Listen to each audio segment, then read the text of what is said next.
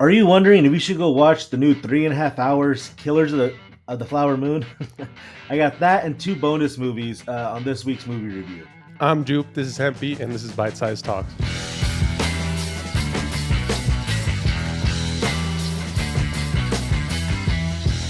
So let's just jump into one of the smaller movies that's going to be out on the streaming service. Old Dads. Have you seen any of the previews for this? I haven't even heard of that movie. So it's a straight to Netflix movie. Okay. Um, it's Bill Burr kind of made this thing, and I think it's very much about his story of being somebody who became a dad at a much older age than like maybe his buddies, right? Like Yeah. I think someone becoming a dad is typically 20s, 30s, right? Yeah. Think in the movie he's 46. He's like, it took me 46 years to become a dad. So it's about him, and if you know anything about Bill Burr, the dude just has he's quick to get angry, Yeah. right? He has a short temper for Um, sure. yeah, and that he takes these snaps. He doesn't buy into any of the woke shit. Yeah. Um, he always has like that old school mindset, and that's what this movie. That's at the core of this movie. It's about him trying to raise a kid, with his like with kind of the way that he was brought up, Yeah. the way he was thought, and having to clash on like trying to offer his kid the best things and navigating the super woke and uh, trying to figure out like who he wants to be as a dad. What are the things he wants to change? Um, to me, this is a really good comedy. Um, it's to the level of what I expected like the Machine to be. Um, Okay. the Machine, I forget the exact rating I gave it, but I gave that a low score. But this one, it had me laughing throughout it. It was different, had fun takes. Not a really, really good comedy. I give it an 8 out of 10. If you're a Bill Burr fan, you'll love it. I think other people just can appreciate the general humor, but like if you're making it a rated R comedy, um, this is kind of what you expect to it. Not like what the Machine delivered, where it's more like rated R because some of the gore or just language. Like this is like an old school rated R comedy that you would expect from like the early 2000s, I could Yeah. say. The audience on this one is really far apart from the critics. So the audience gives it an 89%, but the critics give it a 19%. So that's going to play into the next movie I'm going to talk about because I'm your like nacho eating reviewer, right? Like Yeah. I'm not a caviar guy. I'm the hot dog guy, right? Like um there's people because I've watched other takes of what people had to say about Flowers of the Killer Moon. I was like, man, am I that far off? Um, and just hearing what other people have to talk about it, like the people who are into what's going to win at the Oscars, what's going to get best actor, best screenplay, like uh, more of the arts. And again, I appreciate the movies as an art, but the people who are the artsy of the art, you know, Yeah.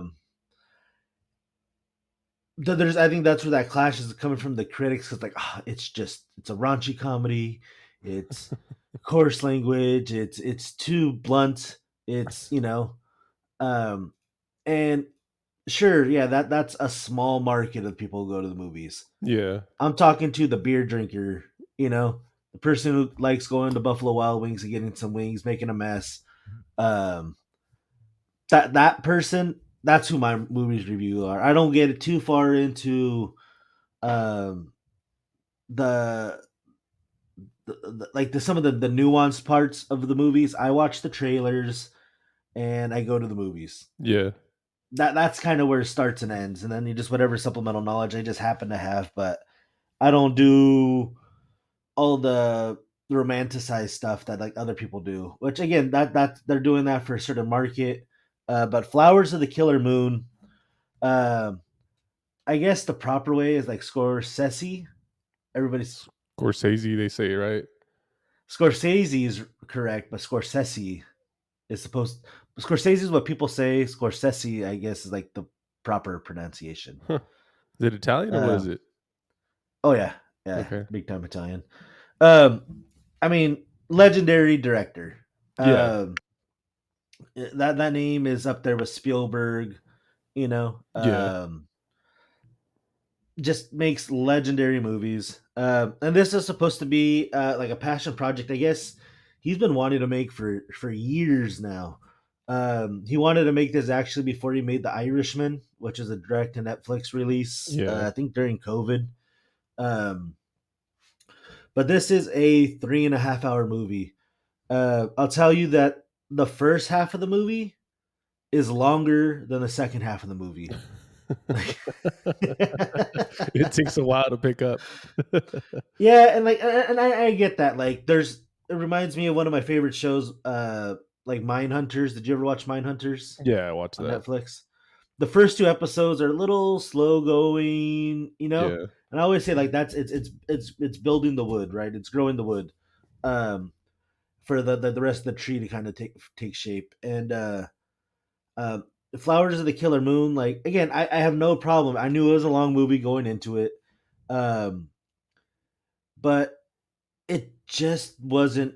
It was good, not great. It was just Mhm. kind of flat. And again, I appreciate it. Was, I mean, cinematically beautiful. You could tell they put a lot of money, a lot of research into it. Um, but I just like it. Uh, I don't know. I think it would have been better because I don't want to throw any like spoilers out there, but I just think it would have been better if they would have made it into like a 6 hour, 8 hour Netflix limited series. Like, Yeah, then it gets tough because I don't know if they get the same revenue as they would in the movies. so I thought about that as well. But like I think what would be interesting, and I don't think there's a movie like this to where let's say you take Flowers of the Killer Moon, right, and it has all this plot, and part of it is there's the problem with it is that there's the Native American point of view, the Osage people, Yeah. right? And I guess that's what they tailored it in the re-edit, the refilming, to like make sure it's from their perspective. Because originally it was supposed to be like of the FBI's perspective of coming in to figure out what's going on in this with all the murders happening in this town.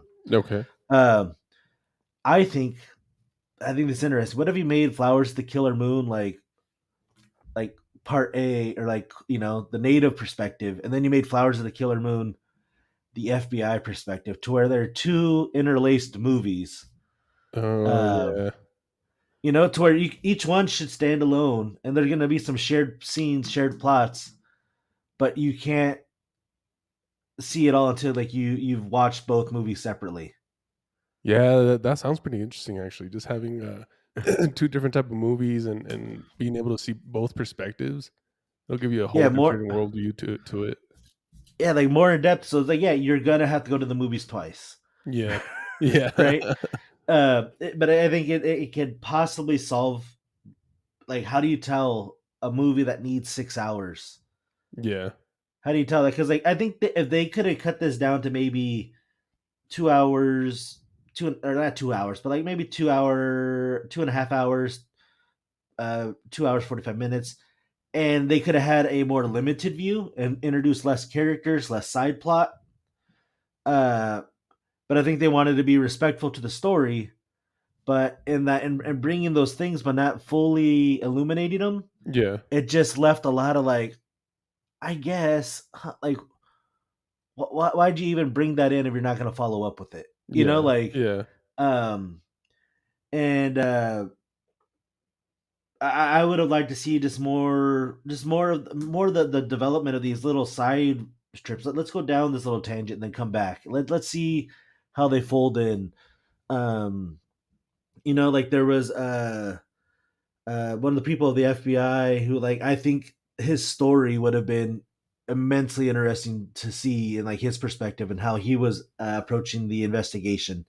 Um, so good movie, and the score is going to seem like I'm not saying it's a good movie. Remember, like average is a 5 out of 10, and that's kind of what I give this. I give this a 5 out of 10 just for the fact that I think it could have been a lot better if it would have been a like 8 hour series on Netflix or Netflix, something. yeah.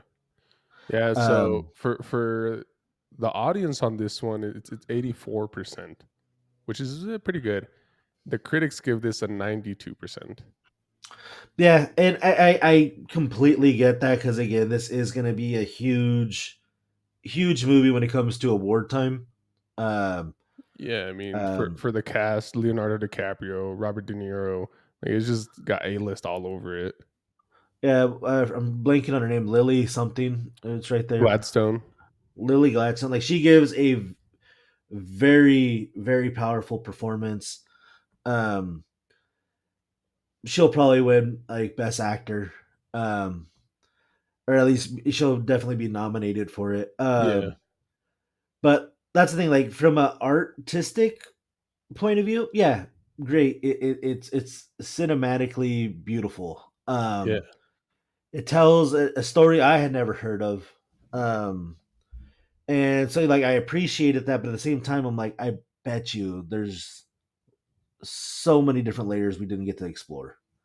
Um, and I think that's where like okay, let's really let's look at this a little bit broader and um let's see what it can offer. And I think that's where maybe if again, I think a lot of people would really hate for a movie to come out in two parts, and it's not even like a sequel. Not don't even break it up as a sequel. Like have it from two. Look at the same coin, but from different sides. Yeah. Like I think in the middle, there's gonna be some course, some chord shared scenes, but like, and I think people they would hate it, but at the same time, they would end up loving it. Um, This is so stupid, but you know what that reminds me of? Did you ever watch obviously you watched The Lion King, but yeah, then they made a Lion King 1.5. Did you ever watch that movie? no, The no, Lion King 1.5, I don't know how popular it was, but it basically followed Timon and Pumbaa's story instead of Simba's story. And so it showed the background of what they were doing. And in the scene of when Simba is brought up to the rock and lifted, and then yeah. all the animals start bowing. They show Pumbaa in front ends up farting, and then all the animals in the front just knock out. And then everybody's like, "Oh shit, we need a bow. Okay, let's bow."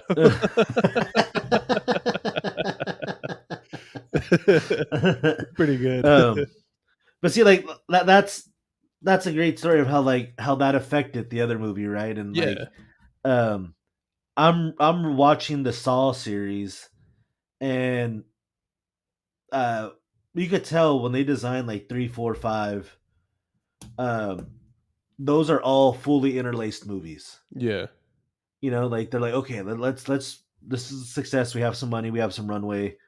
Let's film this to where this overlays with that plays into this. Like you can't understand fully what's happening from one of them by watching just one of them. You have to watch everything, and it's like going back, like, oh wait, that was that thing. That was what he said there. That's what hinted at that.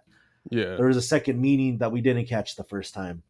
Um, and I think Flowers of the Killer Moon. It again, good movie, but the original trailers I think that were out for it kind of showed it as like like kind of a mystery, like what's going on here, kind of a crime drama, yeah, and this is it's um it can I don't know, I think it shows the native people as like overly trusting, um and kind of gives them a disservice. But and again, I know I have an unpopular opinion on this, but I am like just the normal like average moviegoer.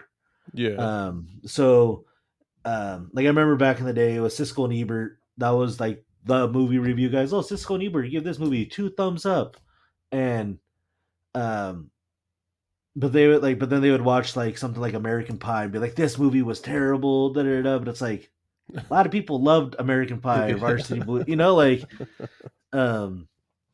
So again, 5 out of 10. If you're a fan of Scorsese, uh, you might want to check it out. But it is a long movie, um, and it's not gonna. I don't think it. Again, it's not something I would rush out there and say, "Oh, you should go see it." Like I liked Oppenheimer a lot more. Um, that was the better 3+ hour movie, Yeah. of the year that I've seen. Yeah, like you said, maybe they should start bringing back that intermission between the sets and having like or hour and a half, maybe even 2 hours. The first part, 30-minute break, and then the second part, the second 2 hours or whatever it is. Dude, I think everybody would appreciate, like, okay, let's have a, and again, uh from a movie house point of view, Yeah, if somebody's been there for 2.5 hours and then you give them a 15-20 minute break, right? I don't know how long the intermissions used to be, but you give them a 15-20 minute break, what are they going to do? and go buy some more. They're going Uh, to go buy some more stuff from you, right? yeah, Like, which is funny because when I went to go watch League of Legends, the World Championship at the movie theater, so each game lasted about an hour, maybe 45 minutes, and so after every game, so it's best of five. yeah, And they just so happened to actually go the full 5 games. But after every 45 hour game, you would go out and buy snacks or whatever. Um, and so I thought about it. This is a great way for business for a movie theater to make business. This is a 5 hour long movie, and every hour or so they're gonna step out to buy popcorn or snacks just to stay watching the game. Which I yeah. mean, for them, it's good business. I was just thinking about this. Like, what if they like timed it? Like, if the theater said, "Hey, uh, if you want during the intermission, we're selling a limited number of sandwiches or this or that," like, Yeah. but you pre-order before, so that way there's no line. You just go pick it up. You know, Oh yeah. That would be because I pretty think cool. because I think if you give them like 20 minutes, people could plan with like DoorDash or something, Yeah. right? Get something delivered to them. Like, all right, I'm gonna step outside, eat their food, and then come back into your movie. Yeah. But it's like, yeah, like if you offered that a premium package, Yeah. um, like at the concession stand, like, oh hey, you get popcorn, soda, and then during the intermission, you'll be able to get one of these little personal pan pizzas, or Yeah. um, or if I was a movie, I'd be like, oh hey, in movie delivery, halfway through, one of our people will come in and like bring this to your seat, Oh, yeah, that would be cool actually. Just, right? you kinda have how they have, like, dinner and stuff, in some movie theaters. Just have the little Yeah, setup and, have waiters and everything. If you wanna get that fancy, I mean, you can have waiters and everything. yeah, but I think you, because I think those, like, you press the button, they come down. Oh, what can I get you, sir? And you have to sit there and order. But like, Yeah. they should have it to where you just pre-order and then say, hey, like at the halfway point around there, just if you could bring me, whatever you order, the hot dog, nachos, or like whatever you Yeah. want from them, like, that would be a good option for those longer movies. Um, all right, and this last movie review is going to be really quick. The only reason I saw this is because I got out of the movie, watching one movie, and I was like, is there anything starting right now? I have that unlimited pass, so it's like, there's another one. Like, let me go just check it out. It starts out interesting. It's called Butcher's Crossing. Uh, it's a look on like Westerner, person who grew up in Boston. This probably uh, sometime in the 1800s. I forget exactly when.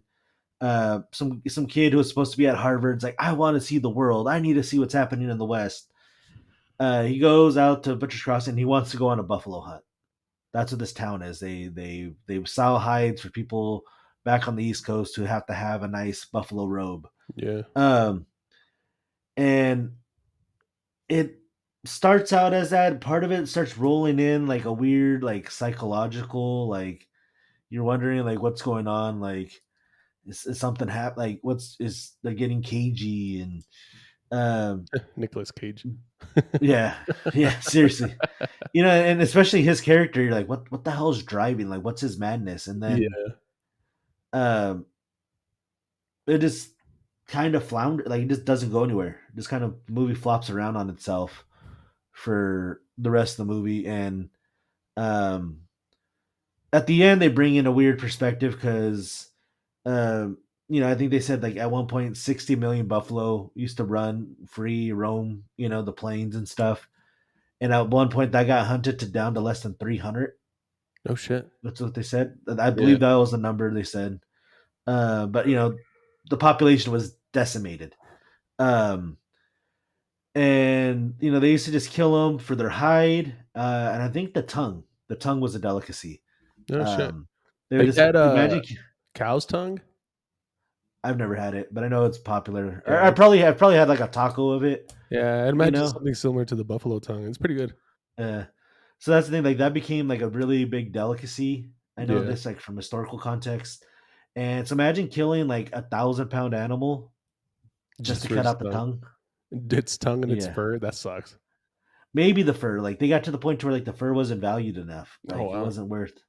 But yeah, Yeah, just to cut out the tongue because they saw it.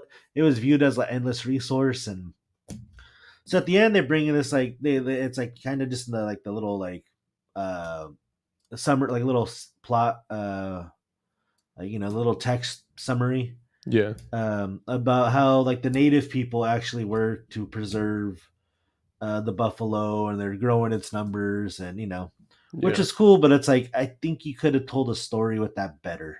yeah, um Again, like so the movie had some interesting parts. I thought it was going to go somewhere, it just didn't.